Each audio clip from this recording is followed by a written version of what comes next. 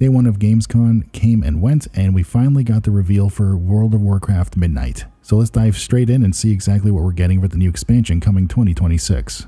So at a glance, we can see we're getting new zones, we're getting a new race, housing is coming, the new game mode Prey, new specializations for Demon Hunter, new dungeons and raids, updated new and returning player experience, and we're getting a 40v40 new battleground called Slayer's Rise. And as someone who doesn't really play a whole lot of PvP, this one actually caught my attention. So the second chapter of Midnight continues the story of Xal'atath's invasion over Azeroth. Her and the Void threaten the world, and they want to basically extinguish all light and cover the entire world in darkness. You as a player will be able to level to 90, you're going to explore 4 new reimagined zones, and throughout the story you're going to make allies to defeat Xal'atath. The first zone that is being reimagined is Eversong Woods, where it's said that we will encounter the newly rebuilt Silvermoon City, and the zone will be filled with mystery and danger as we uncover the heart of Xal'atath's schemes as we seek out new allies among the light and shadows alike.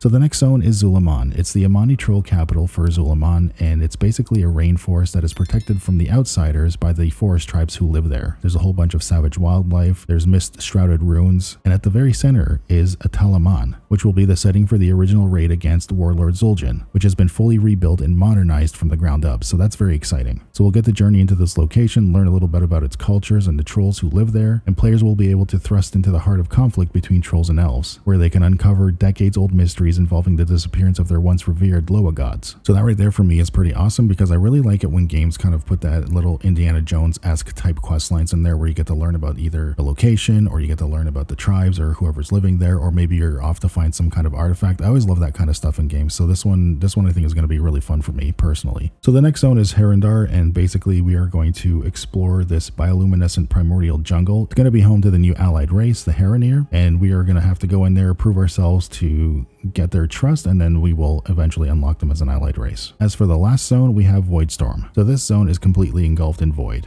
As we go through this area, we're going to go through a couple of dungeons. We're going to work with the Void Elves to uncover secrets of the Void, and hopefully we can thwart any of Xal'atath's plans.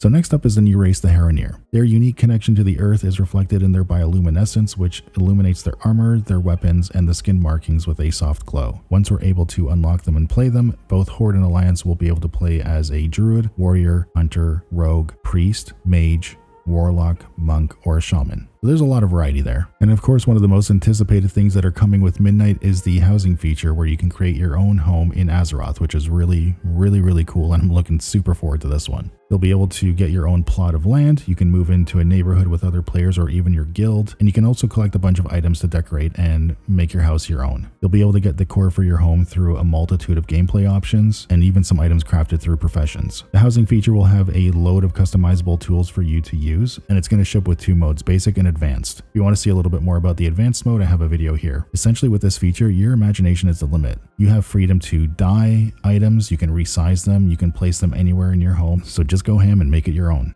The next thing they revealed was the Prey system, which is essentially a new game mode. You'll be able to choose between 3 difficulties in normal, hard, and nightmare, and each of them has its own challenges and rewards. You'll go out and hunt targets, but you can also be hunted as well. Once you defeat the prey that you were stalking, you'll be able to get rewards and progress through the system. And the challenge-based dynamic of the game is going to encourage players to push for more contracts at higher risks for greater rewards. Next, they announced a new specialization for Demon Hunter called Devourer. So with Devourer, it's going to be the 3rd specialization for Demon Hunter. You're going to harness the Void with unique range abilities that are ripped from your enemies, and you're also going to have melee attacks as well. So it's going to be a hybrid of melee ranged kind of character. So this is advertised as giving the Demon Hunter a fresh playstyle, and also expanding the role and capabilities of the Demon Hunters in combat, and adding to that, for the first time, you're going to be able to play the Demon Hunter as a Void Elf. They then went on to announce new raids, dungeons, and delves. So the 3 raids that we'll be getting is the Void Spire, which will be a 6 boss raid, the Dream Rift, which will be a single boss raid encounter, and then March on Quildanos will be the final raid.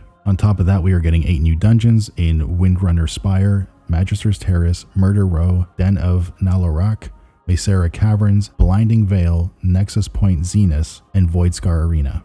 As far as delves are concerned, we're going to get a new companion in Valir Sanguinar, and we're getting a whole bunch of new delves. We're getting the Shadow Enclave, Collegiate Calamity, Berthilion Plaza, the Darkway, Twilight Crypts, Atalaman, the Grudge Pit, the Gulf of Memory, Sunkiller Sanctum, Shadowguard Point, and Torment's Rise, Nemesis Delve. As someone who's a big fan of the delve system, and I think it's probably one of the best things they've added into the game in recent years, I'm really excited for these ones and to see exactly what the storylines are for each one, because I really love exploring these things. I feel that these offer a lot of gameplay options, especially for people who want to play solo and don't want to have to do group content. I think this has been a really good addition. Next, they're adding a new PvP battleground called Slayer's Rise. It's going to be a 40v40 battle, and I feel like this is kind of maybe taken from Guild Wars 2, where they also have like 40v40v40. So as someone who really enjoyed that and someone who is not very big into PvP, I am kind of looking forward to this one, and I kind of want to see what it's all about. And PvP aside, we're also going to get a updated new and returning player experience. This is also something that I want to check out because I really do like that they added the island, so you can kind of just get to level 10 as fast as possible. So I definitely want to check this out and see what the new Exiles reach is and kind of see what they've changed.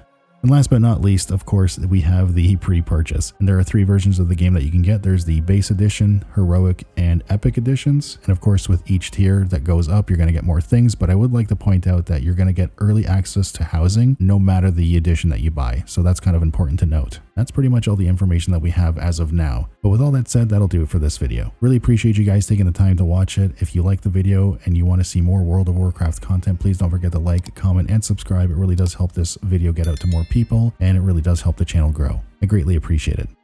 Until next time.